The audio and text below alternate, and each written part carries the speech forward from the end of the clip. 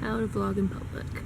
Find a place that is kind of loud because there's a road, and also, get yourself stuck in these bleachers, hoping that your face is in frame. Hi YouTube, it's Kathy. I'm currently in Eugene, hence the title of this video. I took a bus from Portland to Eugene on Sunday morning and have been here ever since. I just want to give you a few updates about what I think about Eugene before going on to the bulk of this video. So Eugene is a lot smaller than Portland, which is fantastic in my case because Portland was a little bit too big for me. I really did enjoy it, obviously, mostly the drinking aspect of it, but you know what? You can do that here in Eugene. Eugene also has breweries. I've already been to one of my favorite ones, Ninkasi, and it was great. They give you little trading cards with tasting notes on them when you do a flight, so it's basically like the adult version of trading cards, which is just wonderful. I also found a wonderful place called Cornbread Cafe, which is vegan comfort food. So I've eaten there twice in the past 2 days because it's delicious and I can eat everything on the menu without having to think too hard about it, which is not a luxury I usually have. I'm also staying with a couple of nerdfighters and their kids, and these are my people. We keep making references, we keep laughing at them, we keep knowing what each other's talking about.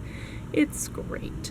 So thank you so much to my hosts here in Eugene because you guys are wonderful and I really like you. And I'm really glad that strangers from the internet were like, yeah, come stay at my place. I woke up early on Sunday morning to get a bus downtown in Portland to catch my bus that was bringing me to Eugene, and was able to tap into Wi-Fi just kind of right before the bus arrived. That's when I heard first about the shootings in Orlando. And I pretty much spent the whole bus ride trying not to cry. Not because I don't think that people should cry and people should be able to grieve, just I'm especially awkward about people seeing me cry. It's very rare in life that I let people do that, and especially not with strangers.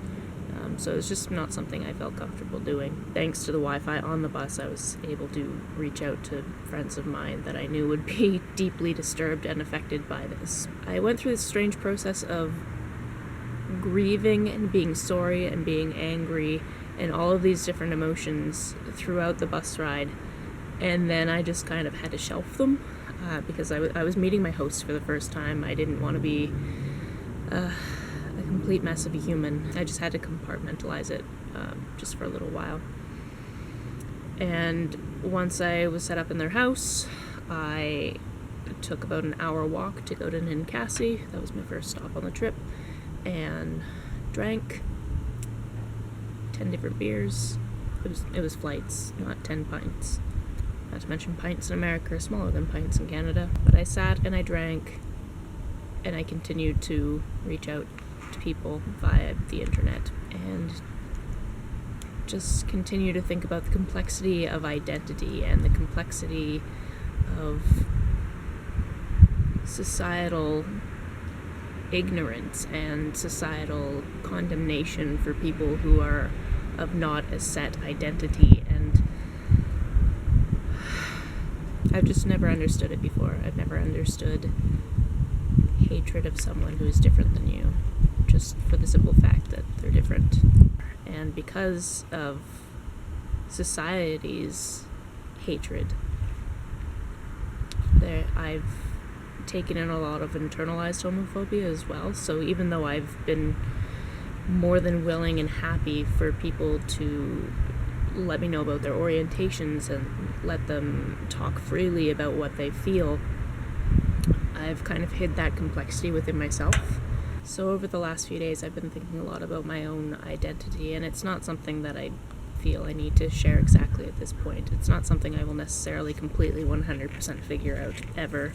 But because of internalized societal homophobia and pressures, I've never really discussed with anyone the fact that I might like girls too. There's just certain ways that sexuality is presented in media.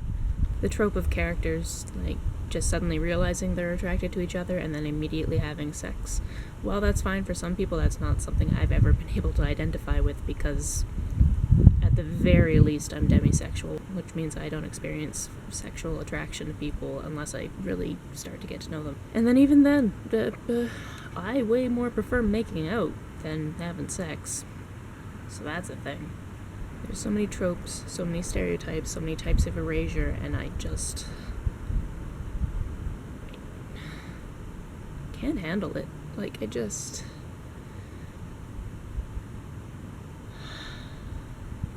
so much hate for something literally someone has no control over.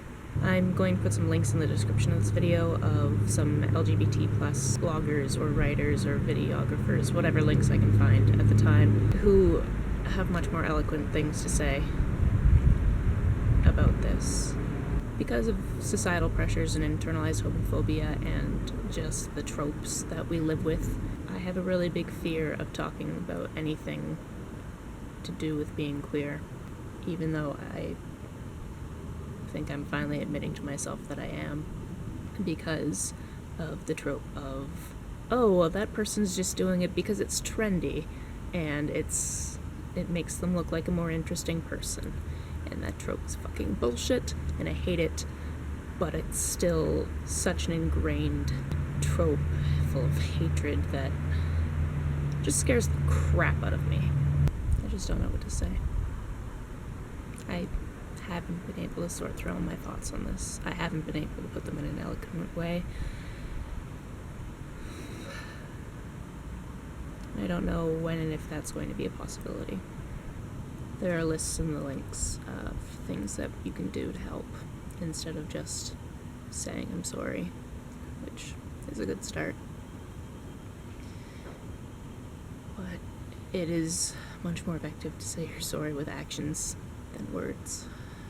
And lastly, America, just get your gun control problem under fucking order. Like, seriously.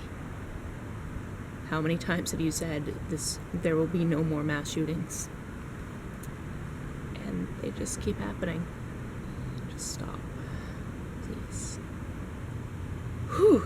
Wow, the energy in this video definitely went from, hey, Eugene is a great place, to, holy shit, what is wrong with the world?